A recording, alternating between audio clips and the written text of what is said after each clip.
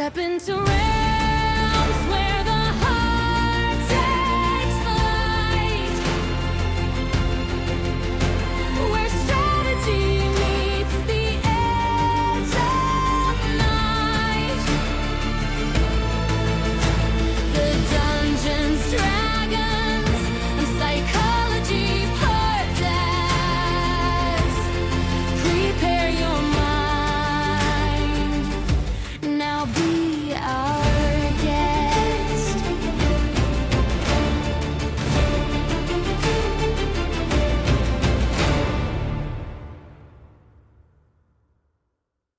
Sorcerers are not your typical magic user.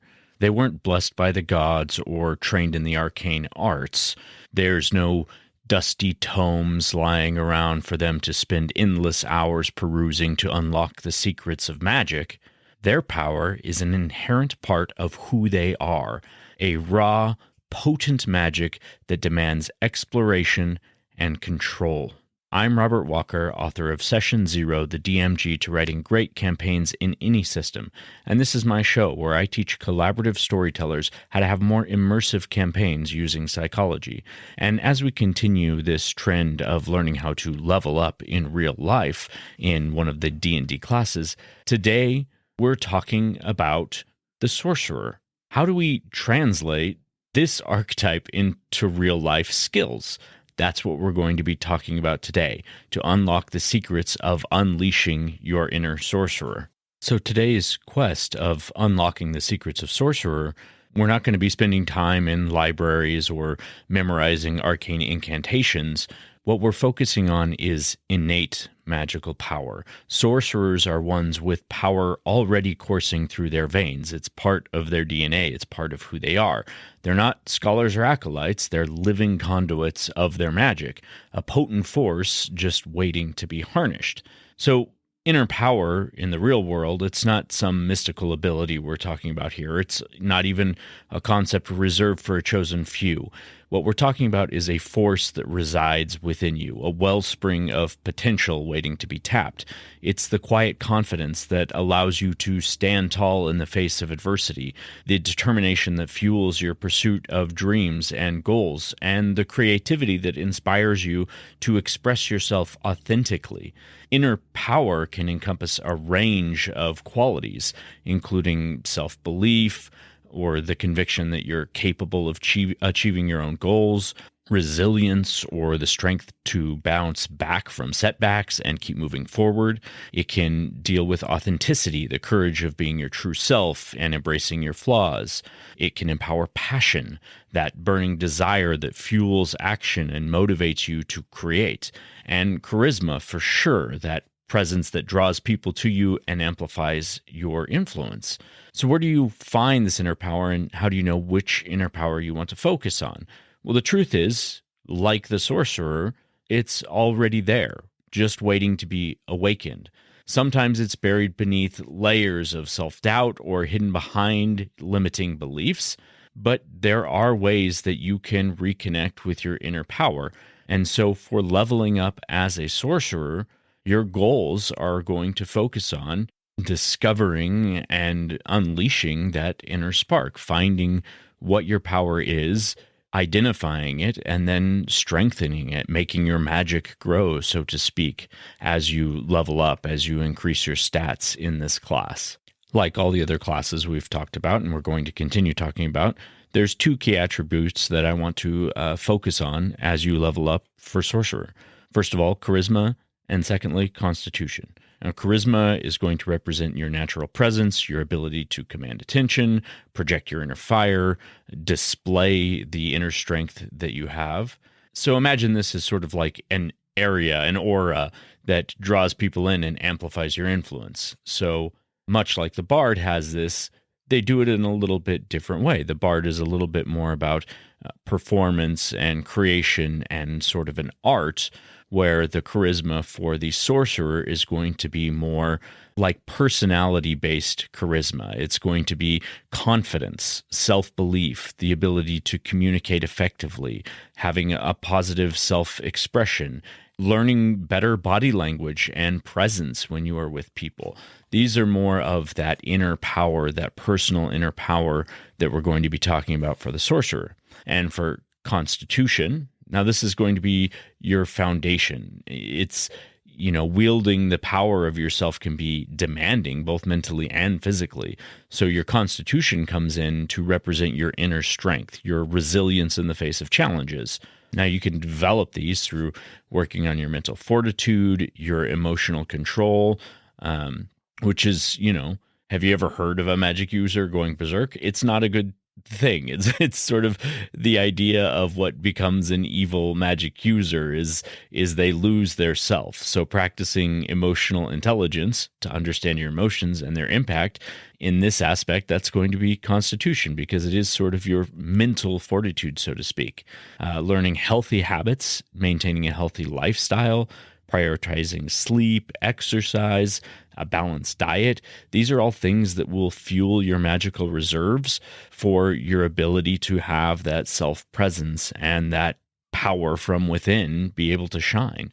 Practicing self-discipline, developing real-life abilities that are unleashing the you that is within, the strength that's within. It requires dedication. So you're going to have self-discipline by setting goals, creating a practice routine, just like you were learning an instrument or you were becoming a fighter and gaining strength in the gym, and you need to stick with it even when your motivation wanes. Discipline will be the key to unlocking your potential in this. So let's talk about a few books for the 3-book rule of mastery. What would apply here? Well, there's 3 that I really like. These are actually all books that I've already read myself, and I can highly recommend all of them because they are excellent and informative. The first one is Awaking the Giant Within by Tony Robbins. Now, this book is going to help you get the tools to unleash your inner potential by developing confidence, which is going to be a crucial aspect for an aspiring sorcerer. The next book is Emotional Intelligence 2.0. This is by Travis Bradbury and Gene Greaves. Now, this is going to talk about mastering your emotions, giving you a roadmap to develop emotional intelligence and harness the power of your feelings. That is your inner strength, and that is going to be the way that you understand it and unlock it is through emotional intelligence. And the last book that I'm going to suggest, I want to suggest this book to everyone, even if you're not planning on leveling up as a sorcerer. This book could apply to everything that we're doing here, and it is called The Mountain Is You. It is by Brianna Wiest, and it is how to transform self-sabotage into self-mastery. So it will help you learn what self-sabotage is, why we do it, and how we stop doing it. This one is just excellent in unlocking true self-mastery, and that's kind of what the foundation of it is. It's making you a master of yourself and your emotions, and learning how to build resilience, everything that we're talking about here as a sorcerer. So this is sort of the perfect companion for this class. So given that information, what's first? Where do you find your inner power? We already said that it's already there waiting to be awakened, and it could be buried. So first, it's time for some introspection. You need to sit down and journal about your values, your fears, your hopes, and your goals. What things truly matter to you in your life, and what ignites your passion.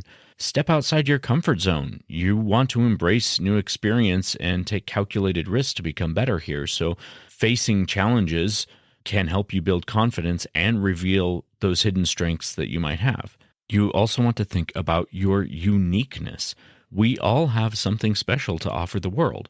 Don't spend your life trying to be someone that you're not. Celebrate your individuality and let your true self shine through. That's what a sorcerer is. The world is affected by what makes them unique, their own inner power. So surround yourself with things that are going to motivate, uplift you, give you passion. Surround yourself with people like this, seeking out mentors or listening to powerful stories, watching TED Talks and using the information in them to figure out a plan to sort of spark your own personal creativity and use that positive influence to better your life. That's sort of what a sorcerer is. It's unlocking that inner spark, that inner power, and then using that power to affect the world around them. So truly, the first steps here are self-discovery steps. If you embark on a journey of self-discovery, you're going to see your inner power emerge, and that's where the magic is in this. The sorcerer within you is wanting to be unleashed, ready to channel that inner power and make a real impact on the world. So you have to first figure out what that power is through a little bit of self-discovery. Like I said, journaling is probably going to be the very best tool you have to do this. And so your first goal to unlock your sorcerer, your first thing that you can start leveling up your charisma and your constitution by doing, I would suggest your first sorcerer goal is daily journaling or gratitude journaling. That would be an excellent way, even for like the first whole month. Maybe that is the entire goal, is end every day with a few words of gratitude in a journal. Talk about the things that you are passionate about. Talk about the things that you want to accomplish in your life. Find patterns of what it is that truly drives you and makes you happy. Those are going to be the things that are unleashing that personal power for you. It's discovering what's in there, discovering what you really want your true purpose and your true focus to be. And we've talked about this like 3-month plan for all the other classes. We're going to continue to talk about that. Is what can you do over the next 90 days really to embrace this? So for a sorcerer, if you're not already sure about what your inner strengths are and what you want to cultivate, spend that entire first month figuring that out. But once you have ignited the spark of your inner power, let's translate that into some action. So think of your inner magic as a raw, potent force, but to truly wield it effectively, you need to hone your skills and you need to refine your focus. So that's your constitution part. So some specific self-improvement goals that could help you level up as a sorcerer. For one, learning how to powerfully communicate. Your power is going to be amplified by your ability to communicate effectively, to influence the world around you. So here, imagine weaving your spells with your words. I believe it was Dumbledore who said, "In my not so humble opinion, words are our most inexhaustible source of magic." And it is absolutely true. Next, sorcerers are going to be masters of the art of emotional intelligence. They wield potent magic, but they have to keep their emotions in check. Emotional intelligence allows you to understand and manage your own emotion and your own power. So while recognizing and responding to the emotions of others. So that book, Emotional Intelligence 2.0, that's going to be a good, useful tool for this. Reading that might be one of your goals. Applying the principles within the book could become one of the goals for your sorcerer leveling journey. And next, you need to develop self-belief. Sorcerers are powerful because they have confidence in their own inner strength. Cultivate your belief by practicing positive affirmations. Each morning, you can do this in your journal, but also speaking aloud, repeating statements that reinforce your self-worth and your capabilities, celebrating your achievements, big and small, and acknowledging progress will all build confidence in your ability to continually have self-improvement. So let's dive a little more into that 3-month plan to level up as a sorcerer. This one's going to be a little bit more detailed because for a fighter, having a 3-month plan is pretty simple, right? Like there are plenty of 90-day workout regimens that you can use to increase your strength. For a bard, it's also pretty simple as well. There's a lot of practice apps and things you can do out there for learning an instrument or learning your voice, acting classes, whatever it is you might be to develop your art. There's a lot of ways to practice, but you might be thinking, well, for a sorcerer, that's not as easy. What is out there available for unearthing your inner power and leveling up as a sorcerer? It seems more peripheral, right? A little harder to put the finger on exactly what you're doing. So let's take it week by week to level up as a sorcerer. So for week 1, journal. Spend like 15 minutes daily doing some introspective journaling. Do a little meditation. Begin a simple meditation practice, even if it's just like 5 minutes a day. And you don't even have to get into a meditative pose. Just quiet your mind, practice some box breathing in through the nose and out through the mouth, and foster a little bit of self-awareness just for a few minutes a day. And surround yourself with some positive influences. Read biographies of individuals. Watch a few TED Talks on topics that ignite your curiosity. Listen to some podcasts that spark your imagination. Do that for week 1. For week 2, take a personality assessment online like the Myers-Briggs type indicator and identify what it says your strengths and weaknesses are. This can help you understand your unique traits. Try in week 2 not to be someone that you're not. Make a list of the things that make you unique while you're doing your journaling. What are some of your quirks? What makes you stand out? Do a little more investigation on your individuality and celebrate what makes you special. Also in week 2, I want you to start working on the improv technique of yes and. So practicing saying yes and to yourself throughout the day, it can foster some creativity. So what do I mean by this? An example of this would be if you have a thought for a moment of, should I work out or should I do this thing that might better yourself? Instead of just putting it off or forgetting about it or whatever the case may be, whatever little excuses we give ourselves in the day, because I know we all have thoughts all the time about things we should do to better our life. We think about that all the time. I mean, how many times have you sat down for a meal and you think, oh, should I have something healthy when I get lunch today? Or do I just want to grab a quick burger because it sounds good? Practice saying yes and to those positive things. So saying something like, when you have that thought of, should I eat healthy for lunch today? Yes. And I know it will make me feel better after I do. And just sort of foster that power within yourself to open up your creativity and the possibility of embracing those things that you know should be done by yourself to make yourself better. You have that power there. So start saying yes to that power, that conscious, that thought in your head that is telling you how to be better, because it is your inner sorcerer speaking to you. All right, so in week 3, you're going to face a few challenges. I want you to do a fear inventory. Now, you can just do this in your journal as well. Since you're journaling every day, just identify some things that make you anxious, some things that you're afraid of. Write them down and explore their root cause. Are they holding you back?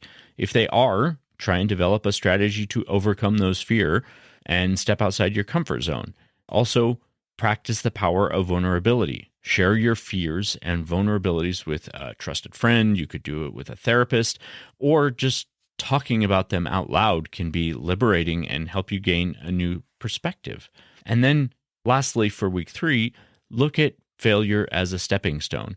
Try and think of times in your life where you've perceived yourself as a failure, and instead try and think about ways that it was a learning experience. Journal about the ways in which it actually helped you grow or learn something new. All those things that we consider as failures in our lives, they have the chance to make us grow and redefine our approach. So embrace those challenges as opportunities and reflect upon them to strengthen what power you gain from them, how you became stronger from them. We'll be right back. Hey, Cyclithids, if you love the Dungeons, Dragons, and Psychology podcast and want to help keep it alive, there are a ton of ways you can support the show. Join us on Patreon for exclusive content like NPC character sheets, early access to new products, and even first looks at DM's Assistant app. You can also grab gaming-inspired merch on the Etsy shop, Games for Games, or pick up one of my books, The Player's Handbook to Real Life, or Session Zero, the DMG to Writing Great Campaigns in any system. And even if financial support isn't in the cards for you, you can still help by sharing this show, leaving reviews, or introducing new players to our community. Links are always in the show notes, and thank you for being the heart of our adventure. Okay, and then week 4, end of the first month, unleashing the spark. You've kind of started to get an idea of what it is now. So first, I want you to do a vision board. Create a vision board that represents your goals and your aspirations. This can be your daily reminder of your purpose, and it can fuel your motivation to unleash your sorcerer. Next, affirmations for your actions. So here we practiced a little bit on affirmations in the previous week, but here you want to develop a set of affirmations that will reinforce your self-belief and your power. These are things you want to repeat daily. They will help you cultivate an unshakable confidence in your abilities and help you keep pushing yourself forward to gain these skills. And lastly, in week 4, I want you to choose a small action that aligns with your goals and take the first step. That's the biggest part.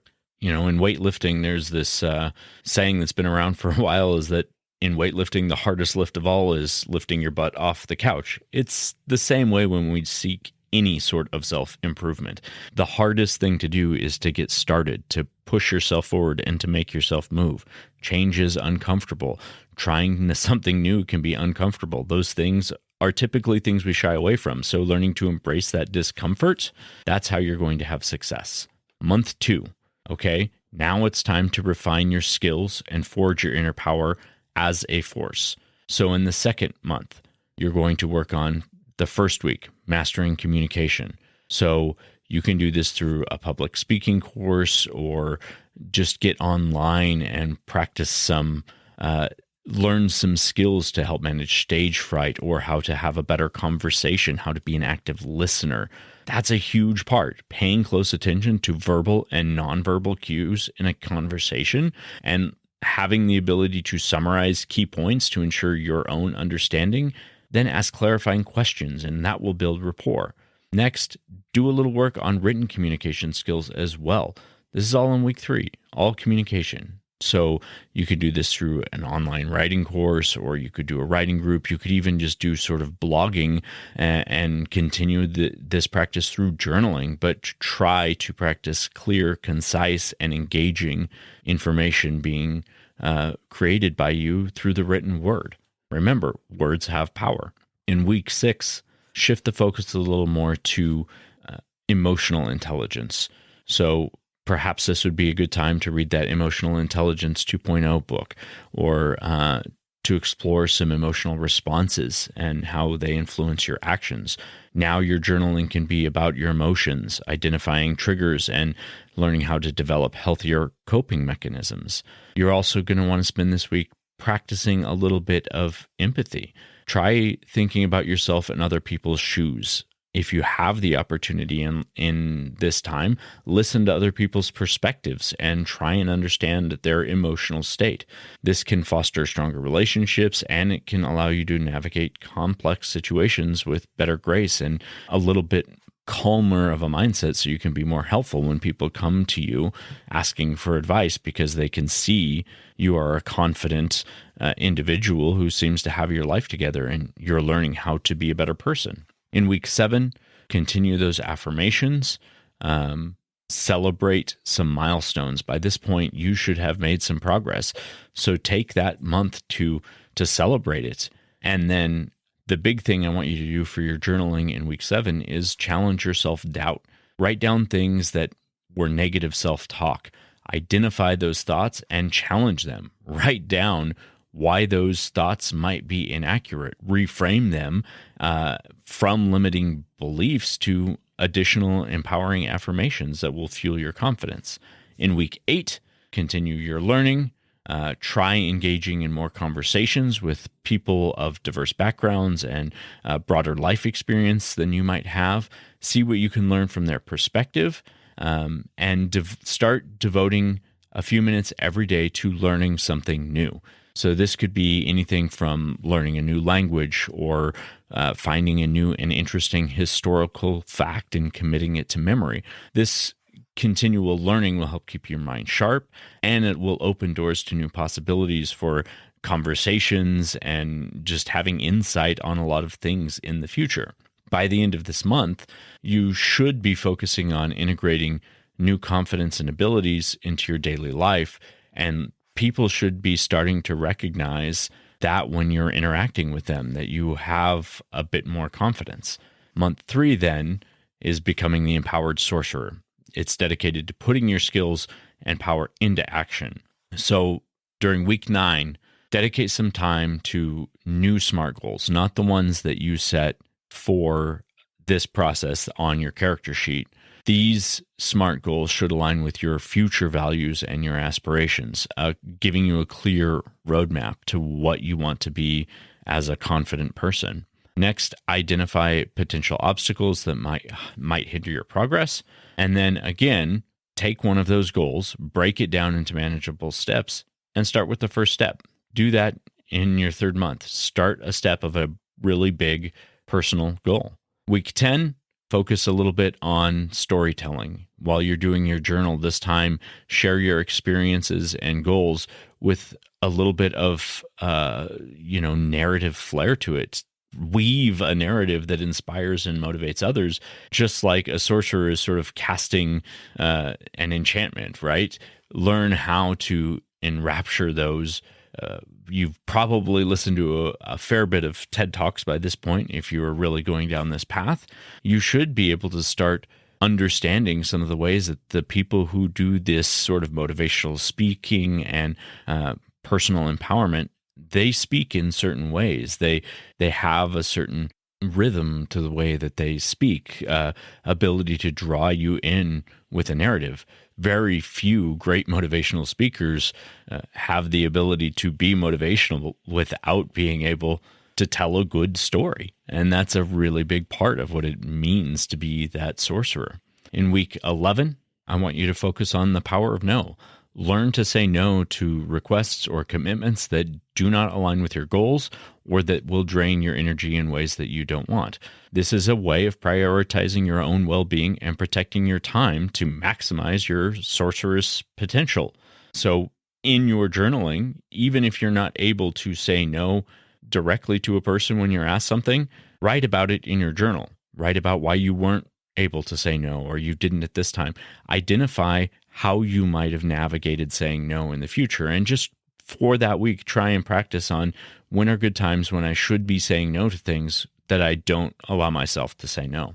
And week 12, the final week of your sorcerer journey, we're going to be trying to leave some mark. So use your skills that you've been gaining to try and make a positive impact on the world. Now, that might be a lot to ask. You don't need to think of the world in this sense as the entire world.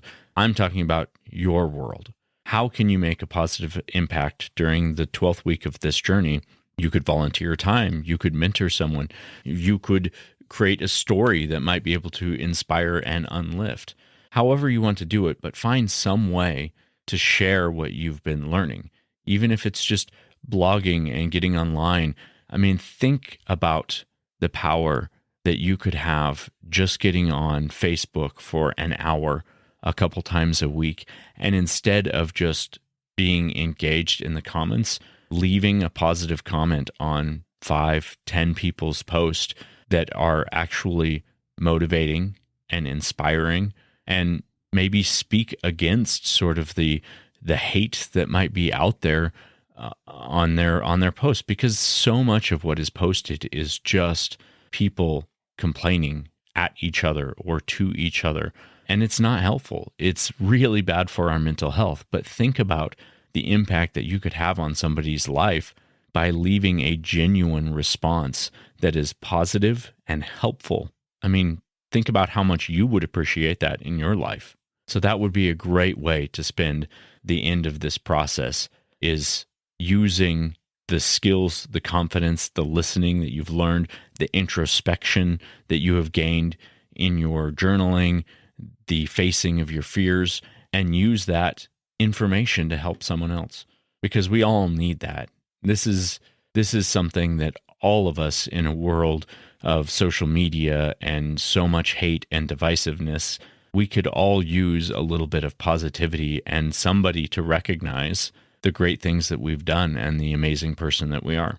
And I think you're going to find that the true power of a sorcerer that you gain by mastering yourself is the ability to lift others up and help them. That's all for today. I hope you've enjoyed this episode and that you continue leveling up in real life. As always, you can find me on Instagram at dungeons_dragons_psychology, or you can send an email to dungeonsdragonspsychology@gmail.com. Also, check out our website, www.dungeonsdragonspsychology.com. And as always, Cyclists, I'll see you next session.